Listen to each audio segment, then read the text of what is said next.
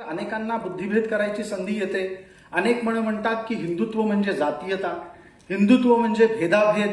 त्यांना सांगायला हवं की हिंदुत्वा इतकी समतेची आणि बंधुत्वाची कास इतर कुठेही नाही.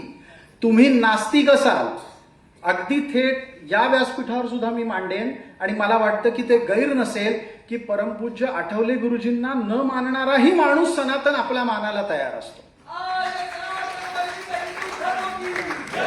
आणि हेच आपलं सगळ्यात मोठं यश आहे की जो आपला नाही त्याला आपण आपला मानतो. याच्या तुलनेनं कुराण आणि बायबल सांगतं जो आपला नाही त्याला तलवारीच्या बळावर कापून काढा.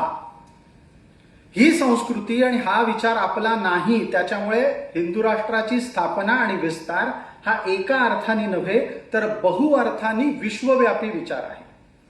हे ठामपणे सातत्यानं मांडायला हवं.